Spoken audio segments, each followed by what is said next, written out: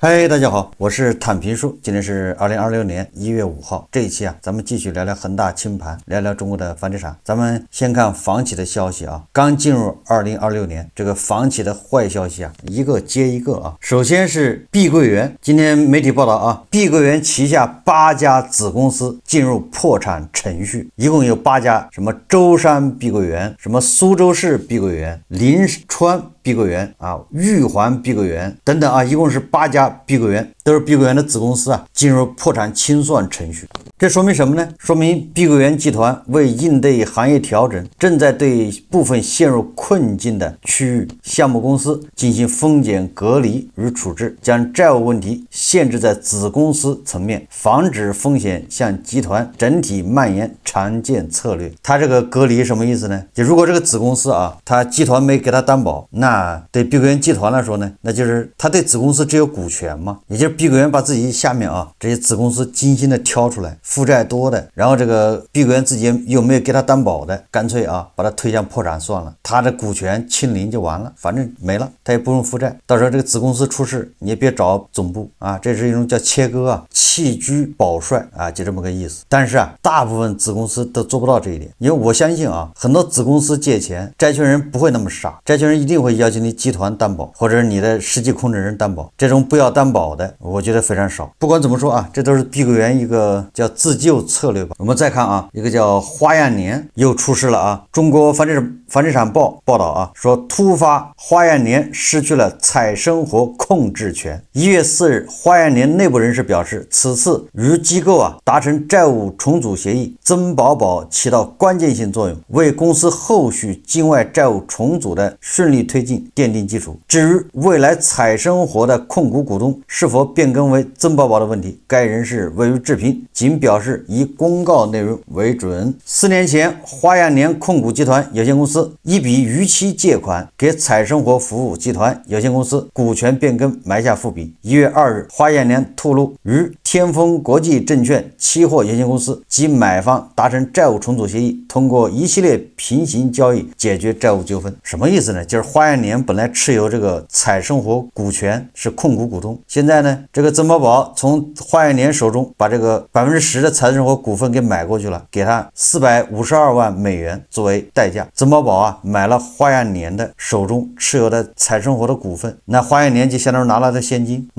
金來解決他的這個債務問題。花樣年解決了一塊心病，而作為交易標的的彩生活則將面臨股權結構的調整。不難發現在花樣年出險以後，作為該公司核心資產之一的彩生活便不時出演救命稻草角色。2021年9月，碧桂園服務透露擬收購彩生活旗下鄰里樂100%股權，總代價為33億元，並向彩生活提供7億元的借款。這是2021年9月恒大暴雷，碧桂園居然還瘋狂擴張，還收購資產，這一下收了這個不能消化。這個7億元的借款呢，用於償還花樣年的到期美元債。這回碧桂園自己的美元債還不了了，因為花樣年這個背景非常深，對吧？傳說也比較多，花樣年都能陷入困境，現在得不到拯救，足以說明這個房地產現在處於什麼一個環境，誰來了也不好使也救不了。再說一說萬科，這個萬科就更慘了萬科現在體會到什麼叫牆倒眾人推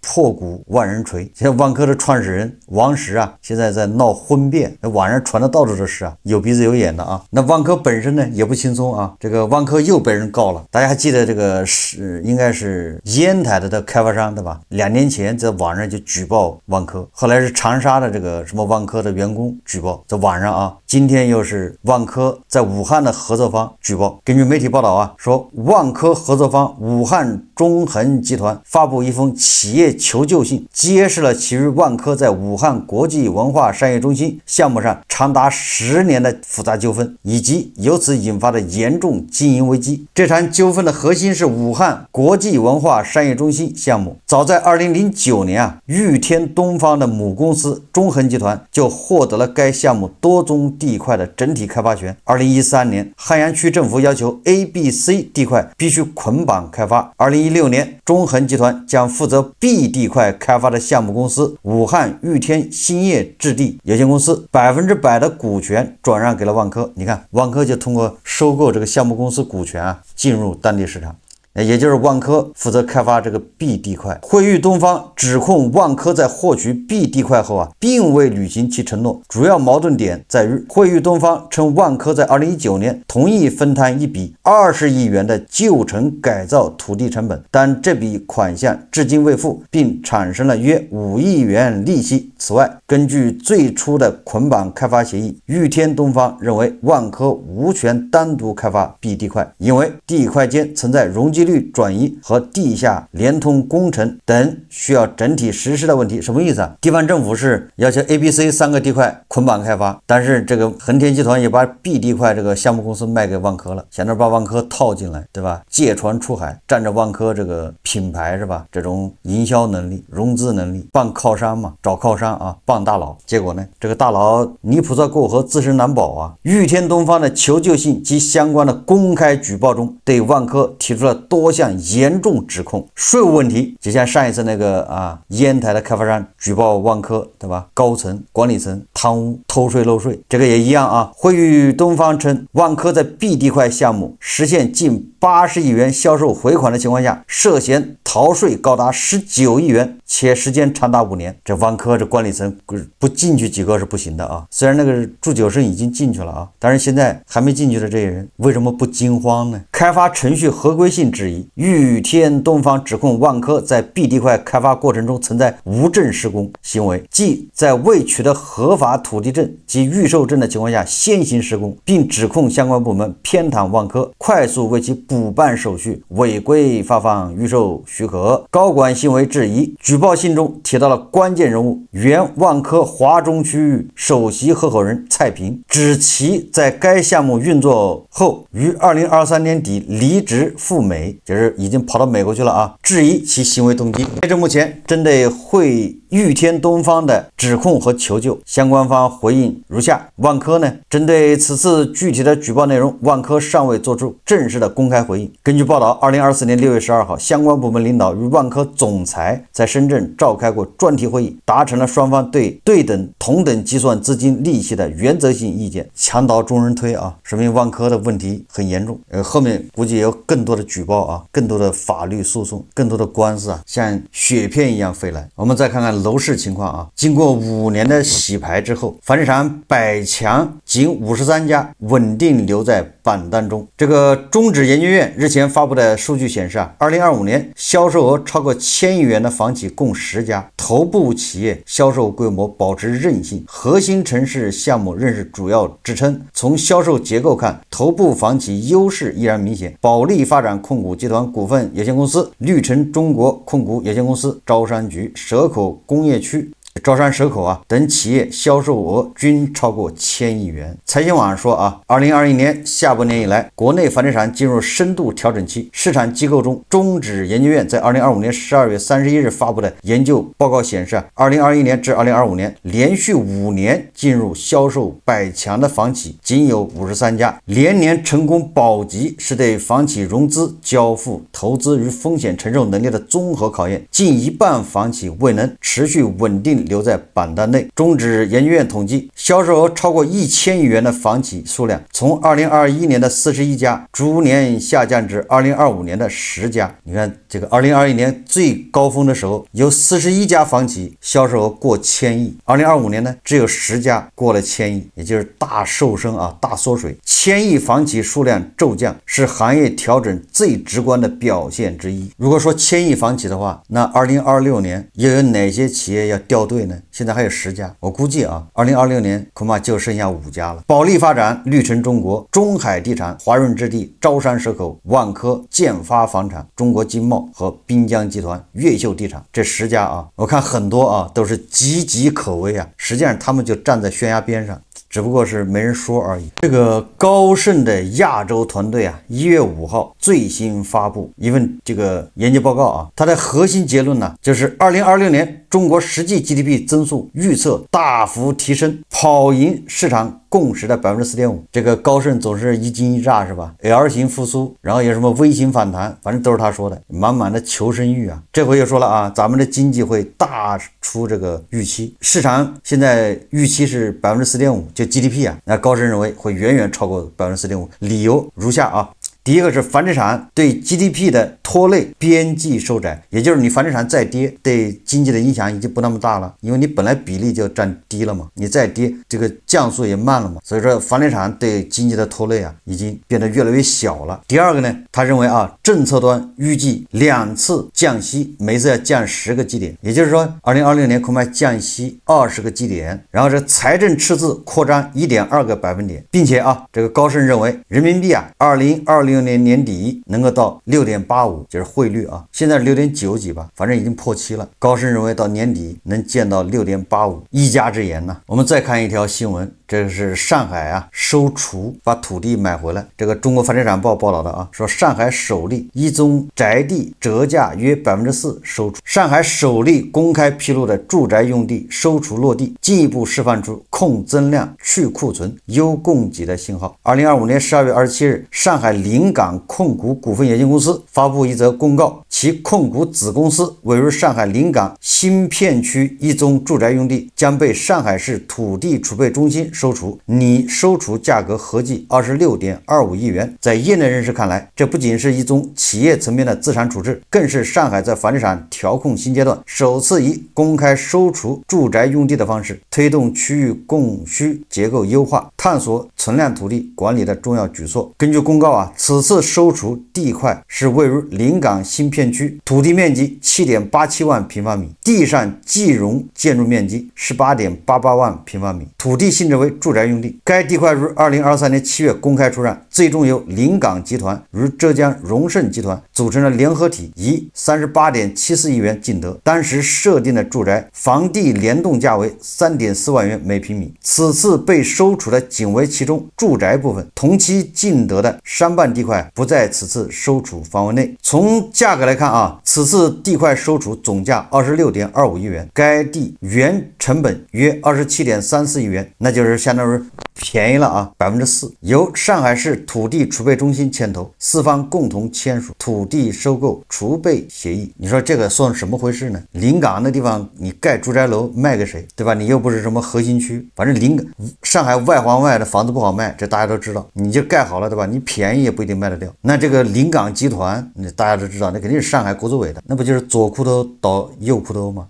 這個叫上有政策下有對策，對吧？你這專家呀，你上面老是呼喊要地方政府收儲，那我行，我收一塊，不就這意思嗎？這個臨港集團估計缺錢，揭不開鍋了，把他這塊地一收，把錢退給他4%，那就算手續費，不就這意思嗎？對吧？都是左口袋右口袋，都是大頭的錢。上海畢竟啊財力雄厚，就上海畢竟還有錢，還可以這麼玩。有的地方政府確實沒錢，對吧？你想讓他左口袋倒右口袋，他倒不了，沒錢。今天在網上看了一個帖子啊，這個帖子說啊，在北京年入30萬是什麼水平？我記得我在以前節目也說過啊，正好最近不是那個一個演員叫嚴學金嘛，他直播的時候他本來帶貨是不是？後來哭窮，大概有網友吧問他，對吧？你都德藝雙馨，對吧？你已經賺得盆滿缽滿，還跑出來帶貨，這麼辛苦。那個嚴學金老師啊，他就訴苦啊，倒苦水啊，大有大的難處啊，家家有本難念的經吶。這個我這兒子，對吧？在北京一年就接一部戲，一部戲也就20萬頂多，然後媳婦好像是什麼一個老師啊什麼，反正一個月4、5千，這就是他兒子一家啊這個收入狀況。完了之後說他兒子一家啊一年在北京怎麼着都花一個180萬的，結果這一下就炸鍋了啊，那直播間就炸了。到現在為止啊，網友還在不依不饒，說你這不是炫富嗎？你這凡爾賽啊！你兒子對吧賺不到錢，一年還花100萬，你跟我們在這哭窮。現在網上好多呼聲啊，要封殺這個嚴學金啊，要取消他一切榮譽什麼一大堆的啊。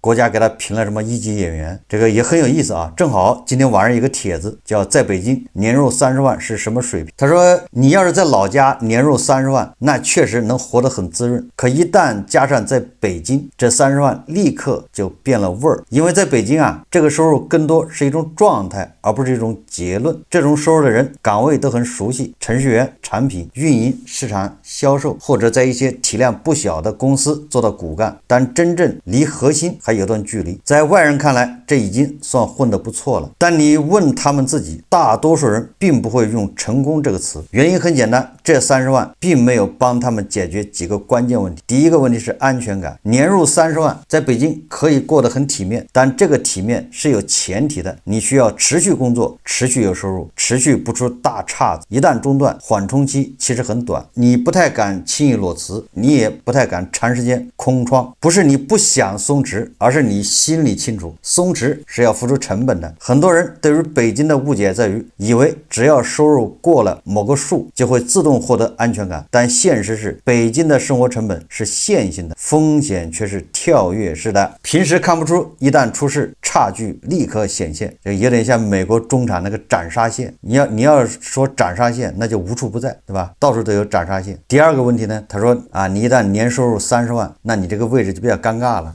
怎麼尷尬呢？就是意味着你已經進入要被算賬的區間，就是斬殺線了。說你不在新人，对吧？你不算新人嘛，新人便宜啊，你也不是核心，核心貴但值得保，你處在一個很尷尬的位置，成本不低，替代性還不算小。公司好的時候你是中堅力量，公司收縮的時候你也是優先被優化的那一檔。你看，不就是美國中產斬殺線？很多裁員名單仔細看一眼都會發現一個規律，被裁的往往不是最差的，也不是最頂尖的，而是這一檔。不是能力問題，是性價比問題。這也是為什麼年入30萬的人對風向特別敏感，業務線的變化、領導的態度、項目的優先級都會被他們反覆解讀，這種狀態本身就很消耗人。第三個問題是錯位感，他說這是最折磨人的地方。你回老家會被當成混出來的，就覺得你還不錯，你留在北京卻始終覺得自己站得不夠穩，你已經不太願意和剛畢業的人比，那樣顯得沒意思。你又很清楚自己和真正能隨便選的人差的不只是努力，你能夠看到更好的生活方式，你也大概知道他需要什麼，但是暫時夠不到。這種感覺時間一長就會變成一種持續的內耗。你會發現年入30萬的人反而比收入更低的人更焦慮，不是因為他們不知足，而是因為他們已經付出了足夠多，卻還沒有換來一個確定的答案。你看，這不就是斬殺線邊緣嗎？他們最常說的一句話是再堅持幾年看看。這句話聽起來積極，實際上很曖昧，因為堅持本身並不會自動把你送入一個，對吧？下一個圈層啊，或者叫下一個台階。如果軌道不變，幾年之後你大概率還在原地，只是年紀更大了。而北京對年齡這件事並不寬容，很多年入30萬的人看起來很忙，項目很多，節奏很快，但真正能改變軌跡的動作卻很少。不是不想，是不敢。一旦選擇失敗，生活水平的回落會讓人非常難受。你已經習慣了現在這套生活，再往下走一步，心理成本比往上爬還要高。這個作者最後說啊，他說年入30萬，我更願意把它理解為一個已經跑進賽道中段但還不能停下來的狀態。它不等於成功，也不等於失敗，更像是北京留給普通人最容易被困住的位置。你再往上需要的不只是努力，你要是往下，代價又會非常真實。這個自媒體這個文章啊，說的很有意思，對吧？因為我在北京啊，我吃個饅頭加榨菜，也吃個什麼私人會所，結合這個嚴學金啊他的言論，我覺得我有這個資格啊說一說北京人的這個消費，北京人的收入。這個文章和嚴學金的兒子他們是一路的。嚴學金問題在哪兒？嚴學金說的是實話，嚴學金啊，人家毫不掩飾的說出了真相，他只是說錯了地方。他本來他在那個直播間，他本來是應該賣慘，對吧？需要這個網友啊，这個幫忙買點他的東西。我這麼幹這麼努力都是為了我的孩子，孩子不行，本來是賣慘的，結果他說了實話，他兒子和他媳婦還有個孩子，3口之家在北京，他說一年要花100萬，這是實話。為什麼呢？我記得有一期節目我給大家算過賬，你像他這樣的家裡2輛車嘛，對吧？你別管什麼車，对吧？2輛車在北京一年得多少錢？然後他的物業費、暖氣費、小孩的這個各種私教、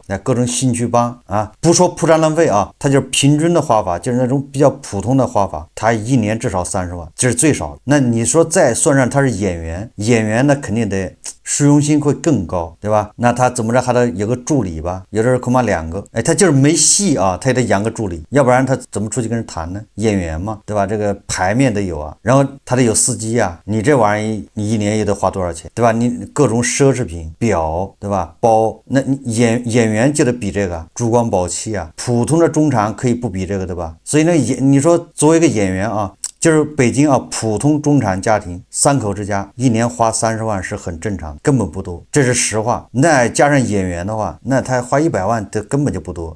反過來說啊，甚至有點節約，他根本就不敢鋪張浪費。那嚴學軍說的就是實話，但是實話你就刺激到你的這個粉絲了，對吧？他的直播間裡面，因為絕大部分人他是到不了這個份上的。我今天要說的是北京的另一群人，北京不是所有的人啊，一年都要花30萬的。在北京，如果你沒有房貸，沒有車貸，你一年收入10萬啊，一個月到手8、9千吧，你在北京過得也很滋潤，也很風光。你只要沒有按揭貸款，為什麼呢？对吧？你只要不去跟人家亂比的吧，你出行就靠地鐵、公交、共享單車，這些東西在北京是很便宜，不比什麼縣城貴。北京很多地方吃喝玩樂啊，消費也不比縣城貴。你不要进那個5星級飯店是吧？你不要进那些什麼特色什麼私房菜那些虛頭巴腦的。如果你說我吃大众飲食，什麼川菜館、湘菜馆，那我跟你说比成都的便宜，至少不會比它貴。也就是北京很多這種大眾服務啊，實際上比地方便宜。北京的菜價便宜，北京的電費也便宜，北京的這個氣也便宜，這個大家都知道。所以說你在北京，如果說你到手一年10萬塊，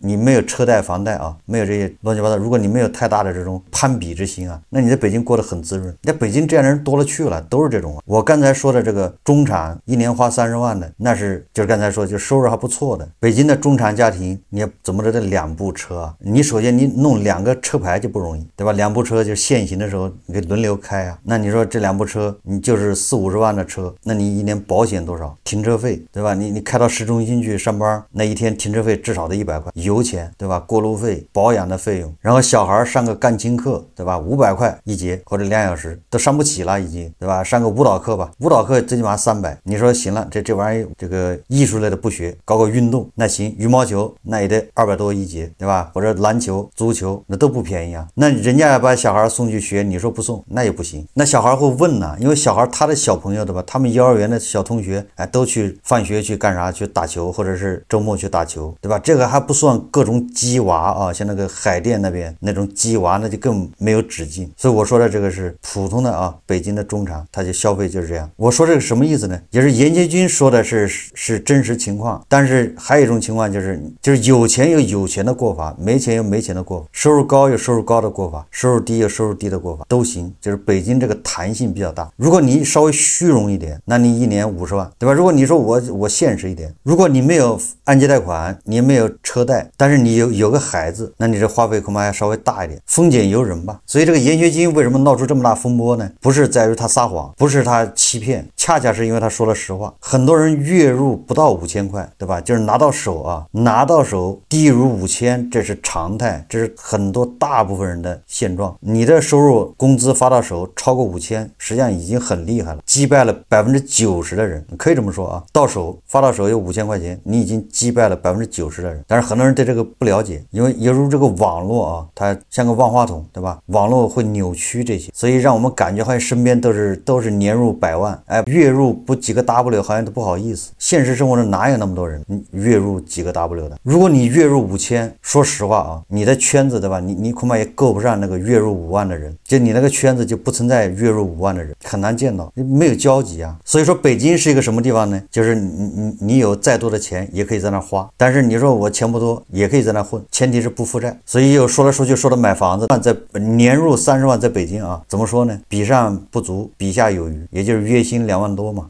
如果是夫妻倆，那買房子還是很有希望的，对吧？壓力也不會太大，肯定有，但是不會太大。但是你一個人買房壓力就很大，那一旦買錯了，對吧？一旦你失業，你立馬就是斬殺線。你在北京啊，預算200萬也能買房，而且位置也不會太差，也就是說離地鐵也不會太遠。當然你要買好的地段，對吧？好房子那得4、5千萬，你看看。它差距就這麼大，跟上海一樣啊！上海好房子3個億，YYY的房子，對吧？200萬你也可以選，這就是大城市啊好處，就是一線城市的好處。所以最後我再說一下啊，嚴學軍說他兒子作為一個演員，在北京有孩子，一年就花個100多萬，那真是比較節約的啊。但即便這樣啊，他也買不起房，買房也吃力，對吧？那得嚴學軍幫他掏錢，幫他還按揭，他自己是負擔不了的。說到這兒，我再說一句啊，還是跟房子有關。那個趙本山的那個老搭檔，就是有個編劇叫何慶魁，正好這2年我老是刷到他，這是怎麼回事呢？就是說这個趙本山不說給何慶魁啊，對，何慶魁這個人80歲了啊，娶了個小媳婦，然後趙本山就說大概這意思啊，那我在三亞有套房，我已經裝修好了，什麼東西都準備好了，被子、褥子、鍋碗瓢盆都給你準備好了，對吧？你就去那兒住，把那房子送給你，那這個關係那相當棒，對吧？就是何慶魁是趙本山的御用這個編劇吧，結果這個何慶魁的兒子，對吧？他直播的時候就說了，他在直播間說的，他說趙本山老師說把房子送給我爸，什麼叫送啊？怎麼叫送啊？然後他就問他爸過戶了沒有？過戶到你名下沒有？然後要麼就過戶到我的名下，对吧？要不就過戶到那個新媳婦后媽的名下。如果沒過戶，那就不叫送，那就給你暫住，是讓你去看房子，看房子還應該給錢，對吧？給你付工資。所以網友就說這哥們這個何慶魁的兒子，這就是個白眼狼啊，喂不飽啊，不懂得感恩吶。後來這個何慶魁就據說啊，就把他兒子罵哭了，他兒子50多歲了，然後這事又被趙本山看見了，那切片肯定就傳到趙本山那兒了嗎？